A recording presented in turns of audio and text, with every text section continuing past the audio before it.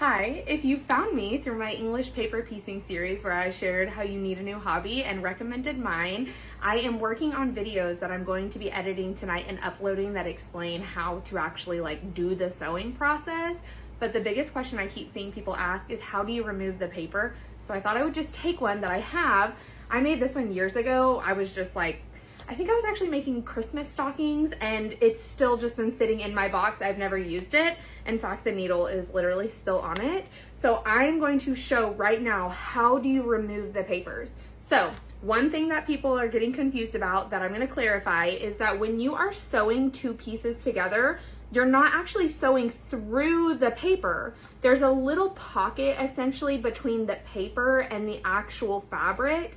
That's what you're doing. You're just catching that little pocket between the actual paper and the cotton fabric, okay? That will be more clear in the video that I'm gonna upload this evening that shows me physically doing it. But this is how you remove the paper.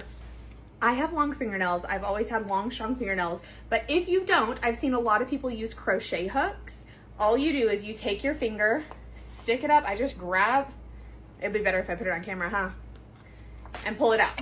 So take your finger, I literally am just sticking it up, my fingernail is just getting kind of behind the paper, and I smash it down, sorry, up there, smash it, pull it out. Taking my finger, putting it in there, getting just a little bit of a grip underneath it essentially, pulling it out. Here we go again. Finger, just basically getting a little grip on it up there, pulling it out.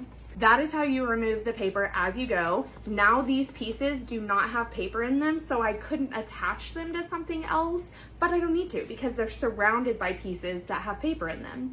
So if I wanted to add on to this piece, I could just leave the paper in until the very end if you wanted to. You don't have to remove it as you go. I choose to remove it as I go because that allows my work to be a lot more flexible, and it's easier for me to carry around with me, store away, things like that. But if I wanted to add on to this, the only row that I should not remove of paper is these outside rows here. If I remove those, it's going to be really hard for me to add on to this.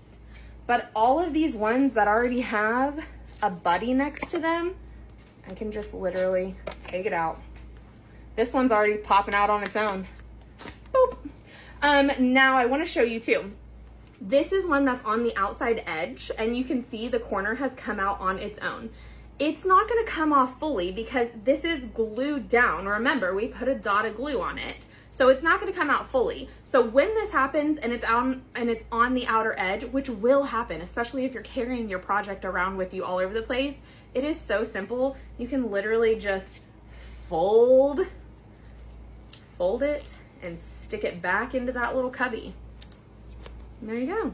Now she's a fixer, but now she's back in. So it's very forgiving. It's not as hard as you think to keep the paper in, take the paper out, all of those things. In fact, I love leaving my paper for a while and then just ripping. It's a fun experience. So hope that helps. If you have any more questions, keep dropping them in the comments. You guys are giving me so many good ideas of things that I can explain and clarify. So that's been helpful. Thank you so much for enjoying this. I have loved sharing this with everyone. This is my little textile artist nerd moment. So thanks for enjoying it. Thanks for being here. Hope that helped.